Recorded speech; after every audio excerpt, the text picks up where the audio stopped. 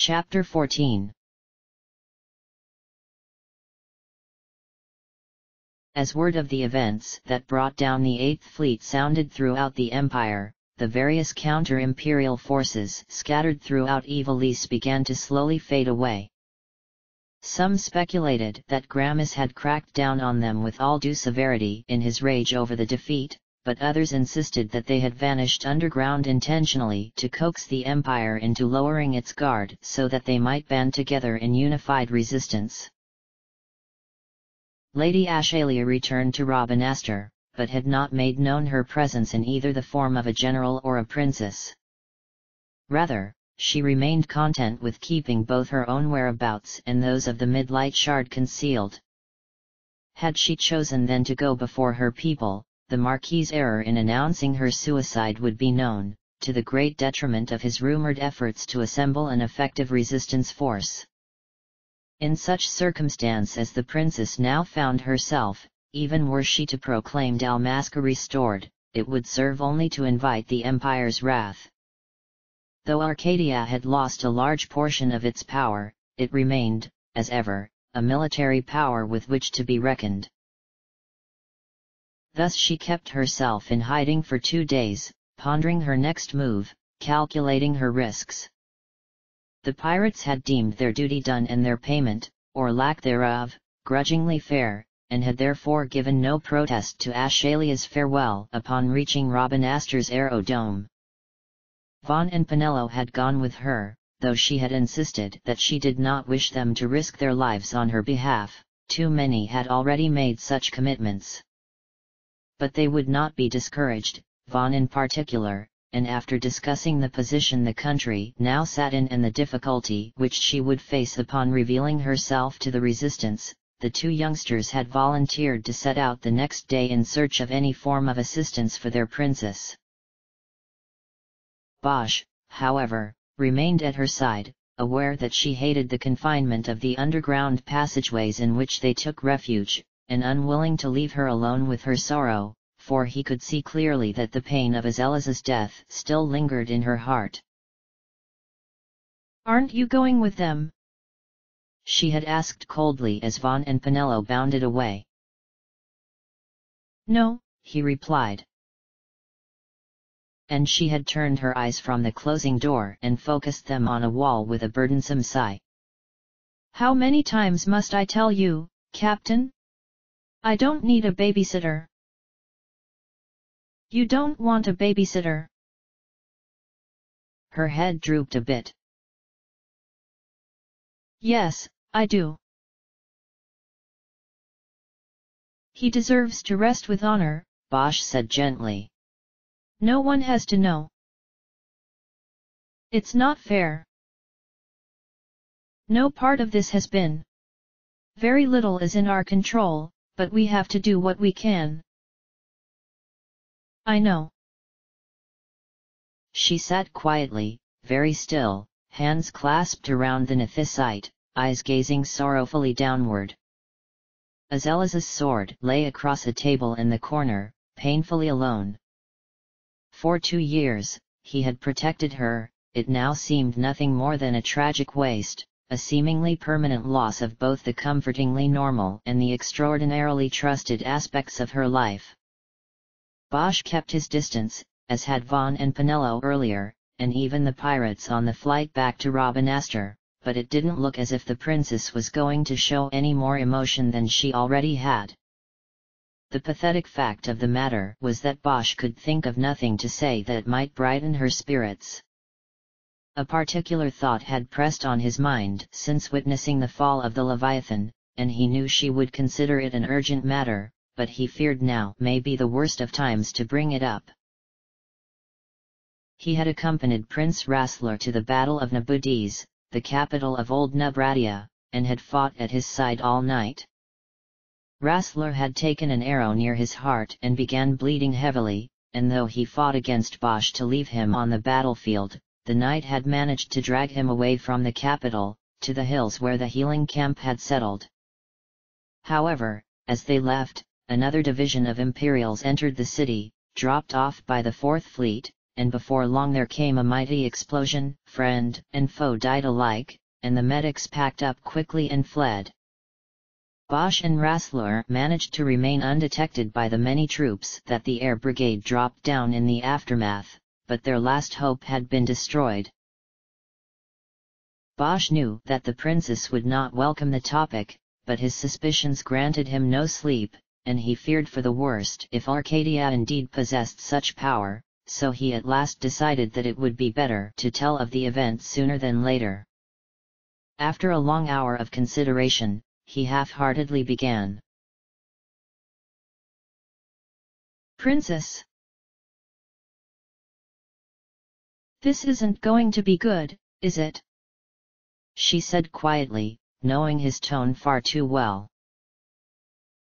He shook his head. Sorry. On with it then.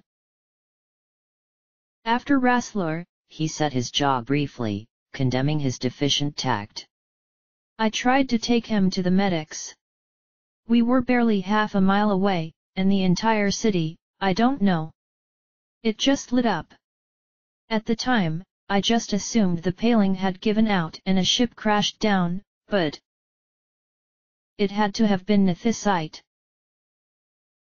Ashalia's eyes focused on him with doubtful intensity, but some part of her, some miserable, horrified part of her, appeared to grudgingly agree with him. The Dawn Shard. I wish I knew for certain, he said. But she looked remorsefully at the Nethysite in her frail fingers, searching for the proper words and coming up short. Standing and taking a few contemplative steps toward the center of the room, she clutched the stone in both hands, resisting the urge to examine it once more. I don't understand, she went on. Destructive power of such force. Why would Wraithwall leave us such a thing? Protection, Bosch suggested. I've been wondering just that. What could we possibly need that kind of protection from? She pressed. What enemy could earn such punishment? At this the Landesian broke eye contact, clearly struggling to restrain his opinions on the matter, and the princess, too, averted her gaze, dropping the stone to her side in one hand. Maybe he was right, she said. We should have just given it to them, rid Dalmasca of this burden. Bosch blinked slowly, painfully, and answered her in as calm a tone as he could manage. I can't condone what I've seen it do, but still I'd rather have it used by Dalmasca than against it. If Arcadia continues its war, this could be our only chance. Her voice sounded forlorn, childlike. She hated that, but for some reason unbeknownst to her, it couldn't be helped. It may not come to that, he added. They went to great lengths to steal a single piece of Nethysite from Dalmasca, they must be desperate. She nodded slowly, trying to put the pieces together. The resistance. That's why they've kept it a secret for so long. They'll make an example of us the first chance we give them. Once the rest of the world sees what they're capable of. He trailed off, not wanting to cement such a certainty with words, and she shifted her weight anxiously, clutching the stone and speaking with staunch resolve. This is our protection, it must be. Bosch shook his head. Do you really want that on your conscience? And at this the princess hesitated, for although she felt Arcadia more than deserving of complete annihilation for all of its sins, it occurred to her then that her own country had suffered such a total and absolute defeat. Could she fight with the same ruthlessness that her enemy wielded so easily against her? Her uncle's sentiment on the matter came to mind, and while it pained her to let him down, if even by considering the very action he had warned her against, she felt much deeper the sting of disappointing Bosch. Indeed, She found this a rather odd feeling. Here stood a man who had lost everything to Arcadia, and he did not even encourage her to strike back. She envied such restraint, but somehow found it foolish, though she admittedly did not know to what extent the war had affected him. Bosch spoke little of his life before Nubratia. She knew only from what Rassler had gathered that he had entered the Landesian army at an early age, the son of a general, and had wavered constantly in rank because of his talent for military skill and his penchant for mischief. He'd also married young, only 19, and had planned to remain a career soldier before Arcadia's attack.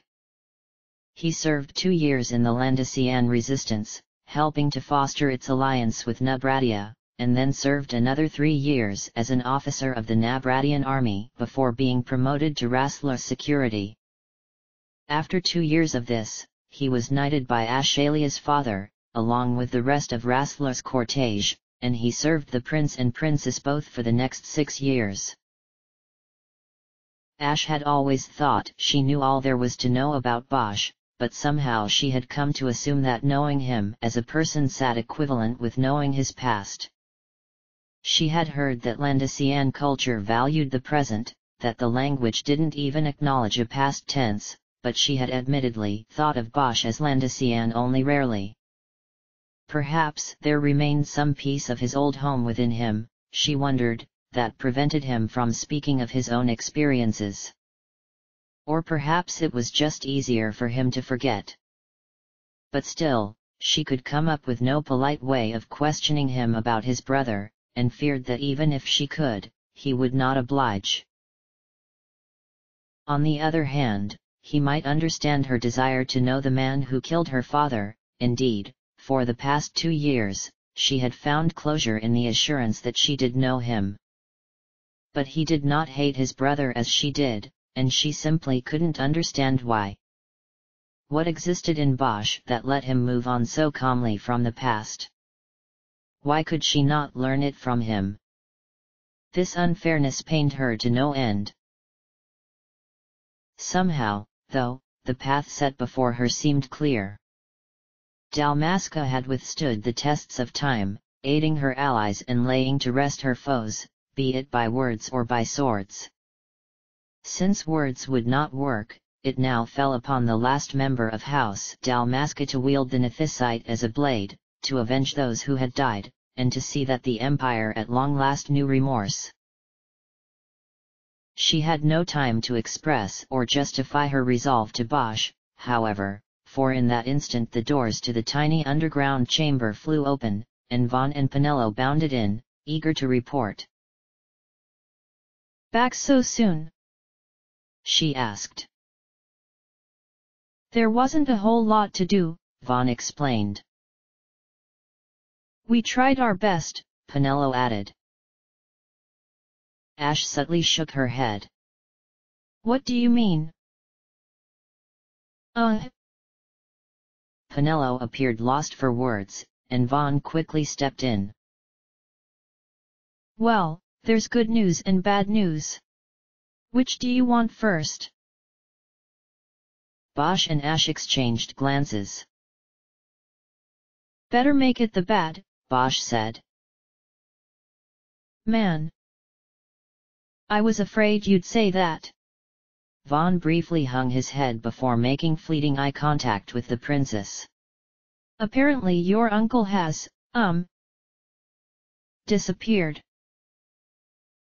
She blinked. "Disappeared?" "Yeah," he confirmed with a nod. "Took off right after you did, with pretty much the entire Bujerban Brigade." "Then at least the Empire hasn't claimed him," Ashalia sighed, wearily taking a seat and beginning to turn the Nethysite over and over in her hands. "All of Rabanastor's resistance members have run off, too," said Penello. "We checked the sewers and everything," Vaughn added. "Even old Dallin's gone." "Perhaps you actually got to him," Bosch suggested to the princess. She shook her head. Massing the troops. It's too soon. We can't take on the Empire like this. The Marquis wouldn't rush into battle, said Bosch. We may yet be able to find him. In Rosaria, no doubt. He sighed and turned to Vaughn and Penelo once more. You said there was good news. Oh, right, Penelo replied with a smile. Everyone knows about Monty now. What? Ash asked, suddenly losing her preoccupation with the stone. The Emperor made a big announcement the day before yesterday, she explained. There are parties everywhere. We were a little confused at first, but there's only one reason he'd tell people. Ash blinked slowly, the true meaning of the revelation settling at the front of her mind. Vayne just lost his throne. But Monty's gonna be a good emperor, Vaughn insisted. You can talk to him, you know. Not if Halim launches a sneak attack, Ash replied, shaking her head and folding her arms. But they're really good friends, said Penelo. Once Marquis Ondo realizes Monty's in charge, he'll call it all off. The princess sighed. Forgive my forwardness, but you two are far too optimistic. Lamont is the enemy now. Halim will attack while he's still young and weak. It's become nothing more than a race. What? Penelo chirped weakly. If Vayne kills him, Bosch explained, Arcadia moves forward. If Halim kills him, it moves back. But he's just a little kid. Vaughn whined. Gabranth will look after him, Bosch assured them. It's a shame, Ash agreed, but there's nothing we can do for him now. We've got to focus on our own problems. What problems? asked Vaughn. We've got the Midlight Shard. That thing can win the war for us, right? I wish it were that simple, said Ash. I don't even know how to use it. You should talk to the Garif, Penelo suggested. They come to the market in the summers. They know all about magicite, so maybe they can tell us about nethicite. The Garif? The princess asked. They don't use technology. But this isn't technology, Penelo insisted. At least, I don't think it is. I think they use magicite for their religion, Vaughn added. They trade for it all the time, it's really important to them. It's worth a try, Bosch admitted. Learning how to use the nethicite wouldn't necessarily mean that you have to use it. I suppose you're right, said Ash. It's dangerous, but we can't let them have such an advantage over us. She stood, clutching the stone in both hands. Besides, should we declare Dalmasca free without the means to defend ourselves, we wouldn't stand a chance. It would be a long walk, though. I don't know if we could survive risking it on foot. All of your pilots have left, Vaughn replied, and your friends in the customs office must be gone underground or something. Penelo nodded. Vayne has a tight hold on the aerodome, and the borders are a nightmare. Do we have any contacts? asked Ash. Now she averted her eyes. Just one. Don't tell me. I'm sorry, Princess, said Vaughn. He's the only show in town. And he got into the aerodome, so he must be able to get out. Ashalia stepped up to the table in the corner and deftly tapped her nails on the sword, gazing at her reflection and finding it impossible to ignore the twist in her stomach as it slowly crept up and tugged on her heart. Clenching her jaw, she turned her eyes to her wedding ring, yet she still found no distraction in it. "Come on, princess," Penelo coaxed. "He's not so bad." "I know," she said. "But he makes me feel." "Feel what?" Penelo asked. The princess's brow furrowed a little. That was it. He made her feel. She sighed. Professional. They found the honey-eyed pirate in question at the aerodrome, finishing up the latest coat of polish on the straw, as the sun and sand of Dalmascus deserts made the need for it quite apparent. Francesca at first seemed to be missing, though she appeared at the top of the ship upon hearing their approaching footsteps. "Hey!"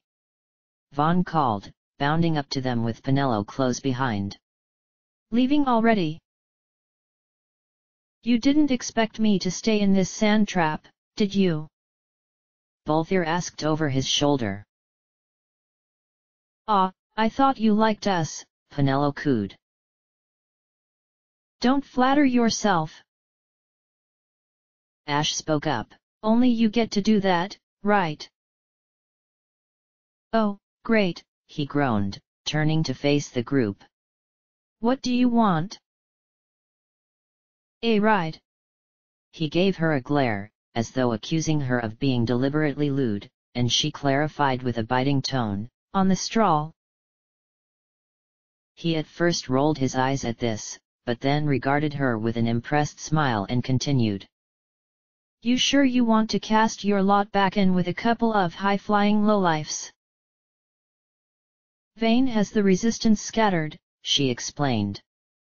"You're the only one we can trust."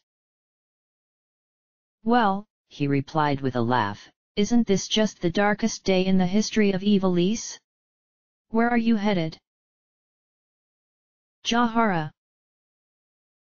"Jahara?" "Yes. We need to speak with the Garif."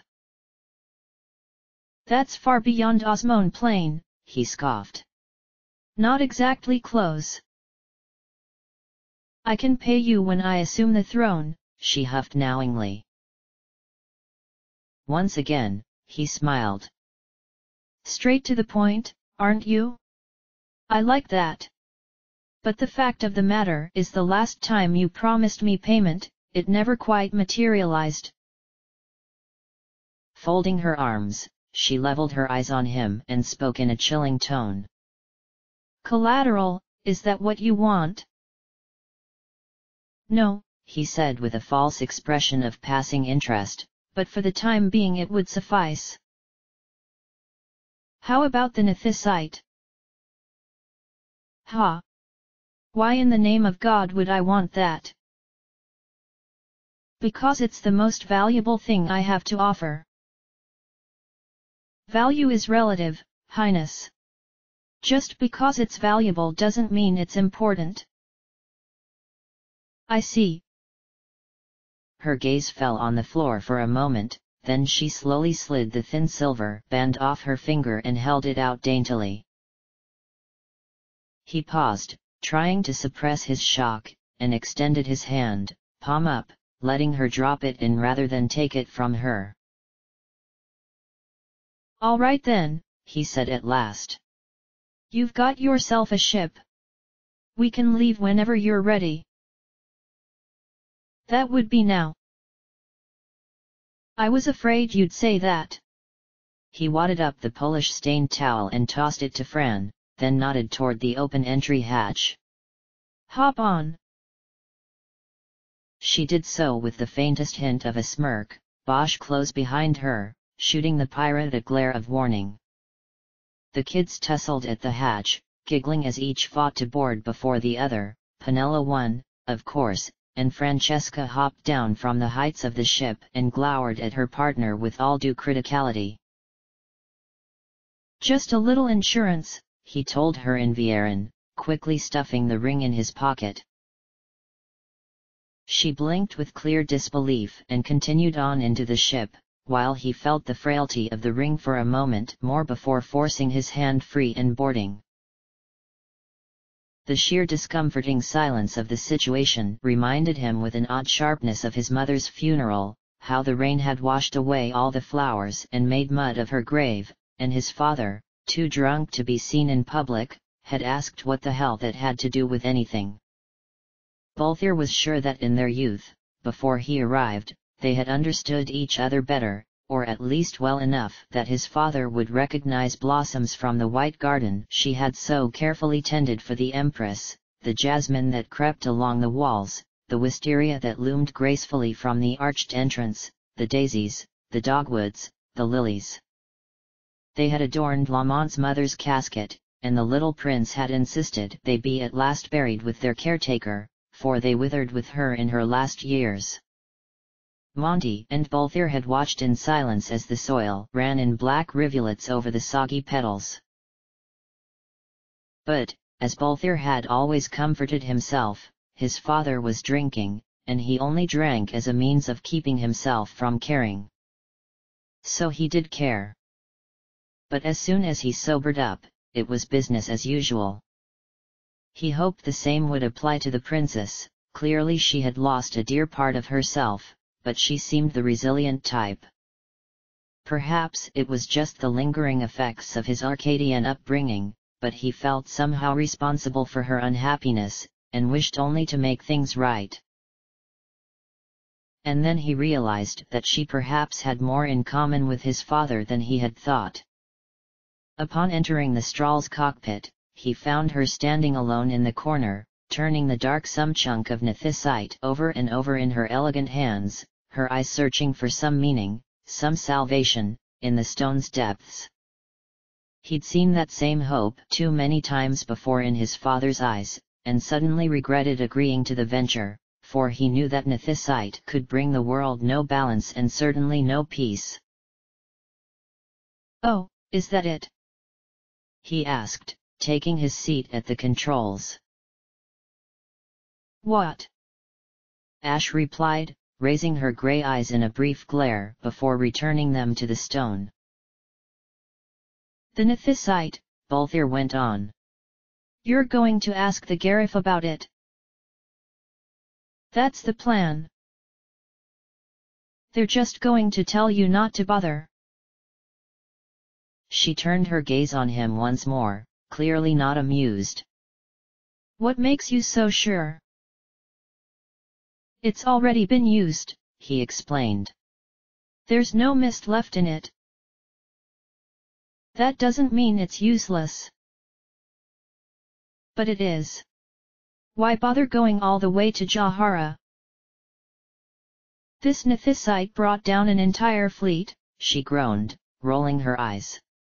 "Forgive me for wanting it assessed by a source more reliable than Imperial Sky Scum." He smiled. "You don't like me, I can handle that. But if you don't mind me asking, is it because I'm a pirate or because I'm Arcadian?" She gritted her teeth. "It's because you're a jackass. Now, if this is how the rest of trip is going to be carried out, I'll be spending it in the cabin." And with this, she gripped the stone tightly in one hand and stomped out of the cockpit, her angry footsteps sounding all the way down the hall before being cut off by the slamming of the cabin door. A thick silence fell upon the cockpit before Bosch at last defended her. "She's upset about Azelas."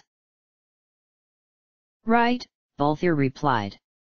"Any excuse to act tough." "Shouldn't someone go talk to her?" asked Vaughn. "After you," Bosch groaned. Vaughn nodded, taking his seat. "Ah." Penello, already strapped in, looked over the shard of artificial nethysite from Monty. "Do you think mine's dangerous, too?" she asked with a weak tremor. "Hard to say," Balthier answered, revving up the engine. If it's still in the experimental stages, it could very well be worthless. Do I have to get rid of it? She cooed frightfully. Monty gave it to me. He rolled his eyes. Just don't go blowing up any fleets, all right? Vaughn laughed. She glared, but said nothing.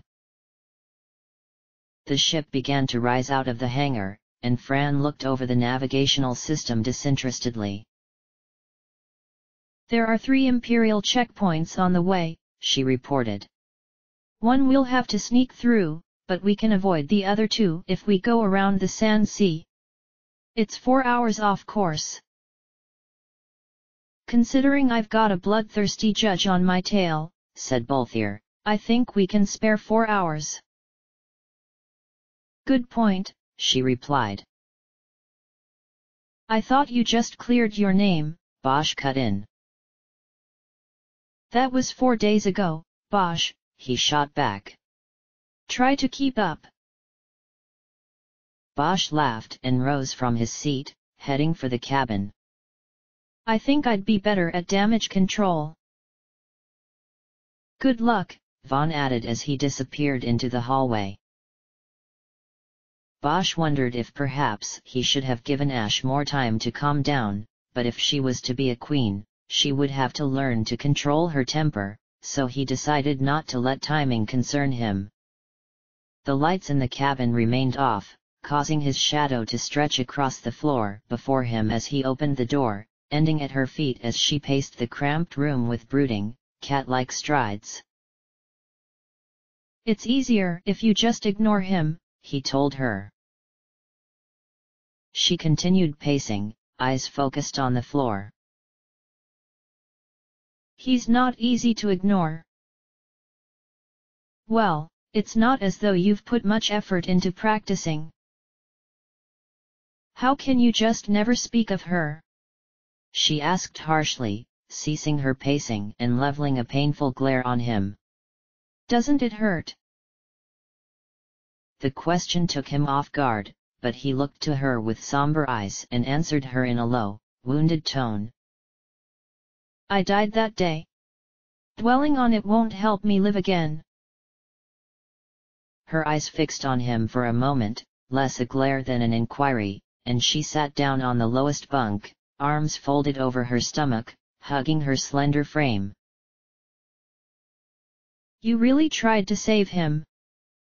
She asked quietly. He ended up saving me, Bosch replied.